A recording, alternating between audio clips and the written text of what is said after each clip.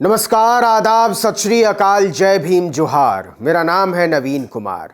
आखिर 14 जनवरी को यूपी की राजनीति में क्या होने जा रहा है, इस सवाल के जवाब में जितनी दिलचस्पी आपकी या मेरी है, उससे कहीं ज्यादा ठाकुर आदित्यनाथ की है। आदित्यनाथ से ज्यादा अमित शाह की है और सबसे ज्यादा प्रधानमंत्री नरेंद्र मोदी की है। यूपी में रातों रात बदली राजनीतिक परिस्थितियों ने तीनों को चकरघिन्नी की तरह नचा दिया है और अब भाजपा मन ही मन आमिर खान की मशहूर फिल्म वाले फॉर्मूले पर चल रही है। जब लाइफ आउट ऑफ कंट्रोल, होठों को करके गोल, सीटी बजा के बोल, all is well, all is well. Film का नाम तो याद आ ही गया होगा आपको, उसके लिए गुस्ताखी माफ। हां, तो महंगाई, बेरोजगारी और अर्थव्यवस्था में पूरे देश के छक्के छुड़ा देने वाले योगी मोदी शाह के छक्के क्यों छूटे हुए हैं? क्या होने जा रहा है 14 जनवरी को? भाजपा से ताजा ताजा भूतपूर्व हुए स्वामी प्रसाद मौर्य ने कहा है कि यह तो कुछ भी नहीं, 4 विधायकों के इस्तीफे पर ही दिल्ली में बैठक पर बैठक होने लगी।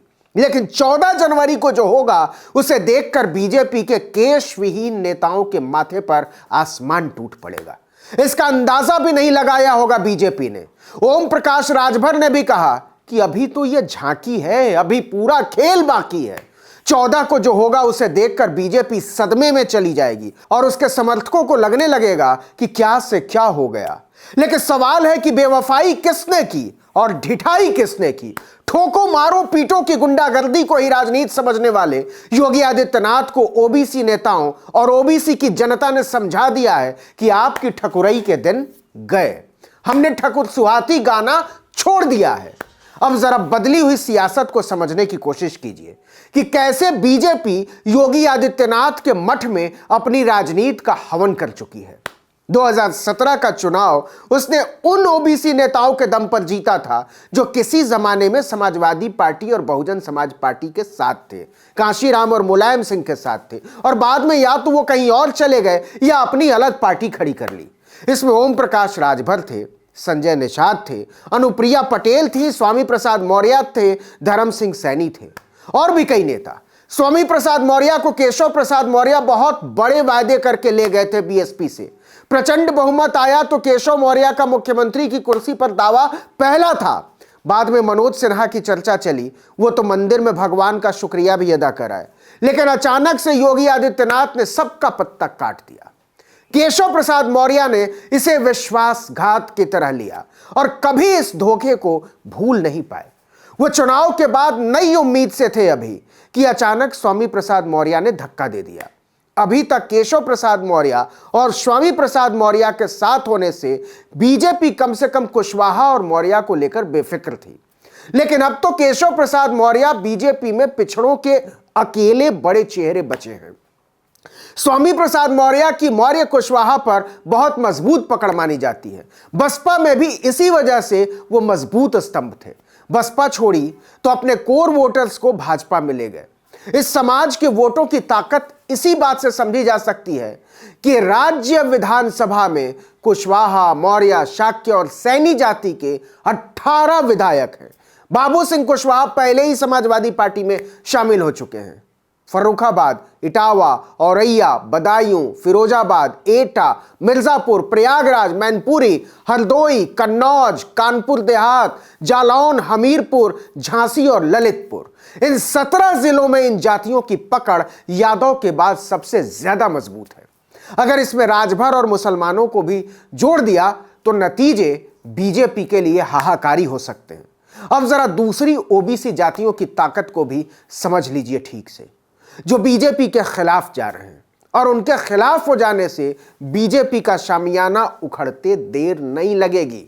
देखिए कि उत्तर प्रदेश में 53% आबादी ओबीसी वोटर्स की है। इसमें 49 जातियां और उपजातियां आती हैं। इस 53% में सबसे बड़ी आबादी यादवों की है। उत्तर प्रदेश की कुल आबादी में यादवों की संख्या लगभग 11% है। इसके बाद कुशवाहा, इनकी आबादी 8% बनती है। कुशवाहा के बाद तीसरे नंबर पर आते हैं कुर्मी और पटेल। इनकी आबादी कुशवाहा मौर्य से केवल 1% कम है, मतलब 7%।